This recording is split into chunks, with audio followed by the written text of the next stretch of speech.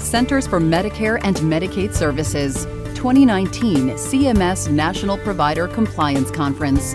Keynote DRLS, Melanie Combs-Dyer, Director, Provider Compliance Group, Center for Program Integrity, Centers for Medicare and Medicaid Services.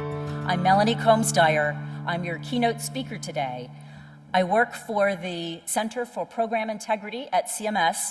The DRLS, or the Documentation Requirement Lookup Service, is what's going to allow providers to discover the prior authorization requirements or the other documentation requirements right at the time of service and right in their EHR or practice management system.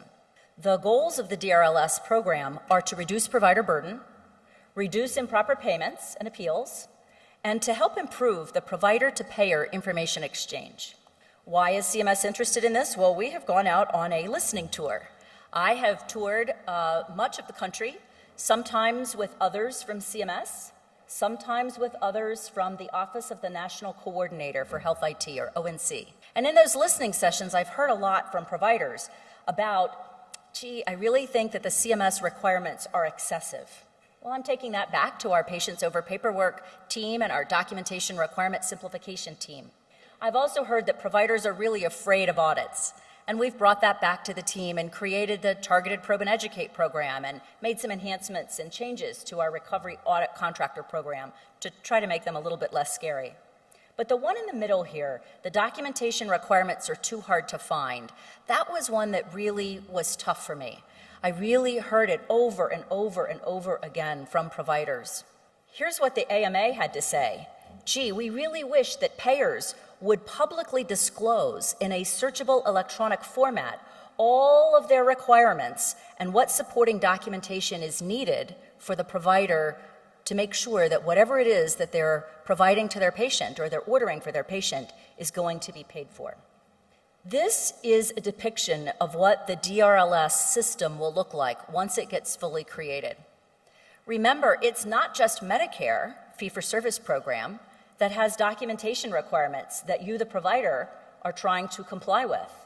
There are Medicare Advantage plans, there are Medicaid plans, there are private health insurance plans, and everybody has their own set of requirements for prior authorization or what needs to be documented in the medical record. The beauty of the DRLS mechanism is that it will allow the provider to discover right in the EHR, right at the time of service, what the rules are for the thing that they're about to order for their patient, regardless of what health insurance the patient has. That's what's really cool about the DRLS system. I really do think that this is an exciting program. Let's walk through just for a second how this DRLS mechanism will work. The graphic depicts the provider interacting with their EHR, their electronic health record, probably at the time of service. Maybe the physician is having a visit with the patient and evaluating their respiratory needs and recognizing that this patient is going to need oxygen. They're going to have to write an order for oxygen for their patient.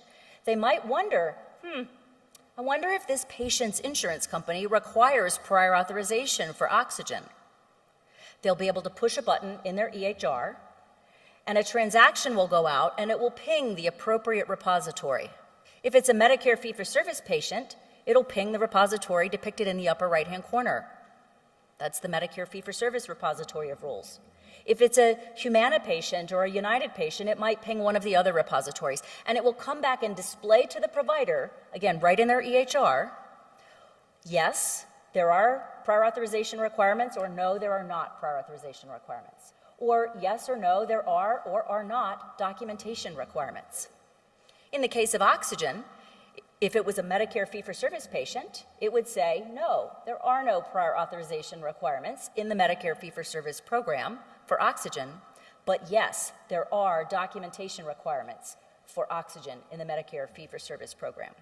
The provider would then have the option to hit a second button that says, show me the documentation requirements, and if there are any templates that CMS has produced for oxygen and what needs to be documented in the medical record. Again, the transaction will go out and it will ping the appropriate repository, in this case, the Medicare Fee-for-Service program, and it will return a card, a little list of the documentation requirements for that particular item or service that the doctor is ordering.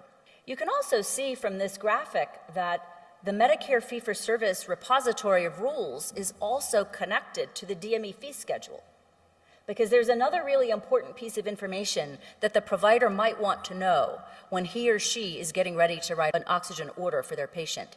They might want to know, how much is it going to cost my patient?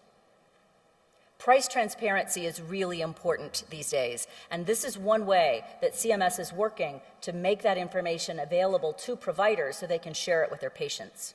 Here's what that card might look like coming back to the provider in the EHR.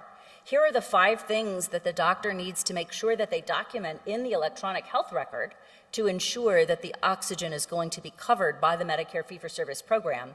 And here are the prices, the copays that the patient may have to pay. CMS has hired MITRE to help us develop our DRLS system, and they're doing it through something called the Vinci Project, which I'll be talking about momentarily. MITRE and the Vinci team are creating implementation guides based on FHIR standards. FHIR stands for Fast Healthcare Interoperability Resources, FHIR. That's what lets all that information go back and forth to different payers, but because it's all structured the same way, because we're all speaking the FHIR language, all that information can go back into the provider's EHR and it can make sense. We've also tasked MITRE with creating reference implementations.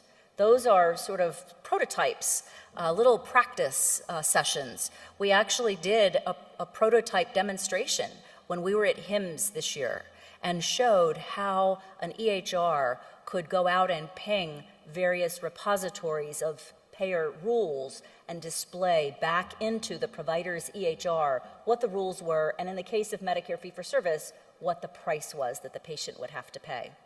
We're also planning to launch real-world pilots. We are looking to identify a number of providers who want to try to test this system with us. We will use dummy data at first, and then we will move into using real patient data in our pilots. So let's talk a little bit more about Da Vinci. What is the Da Vinci Project?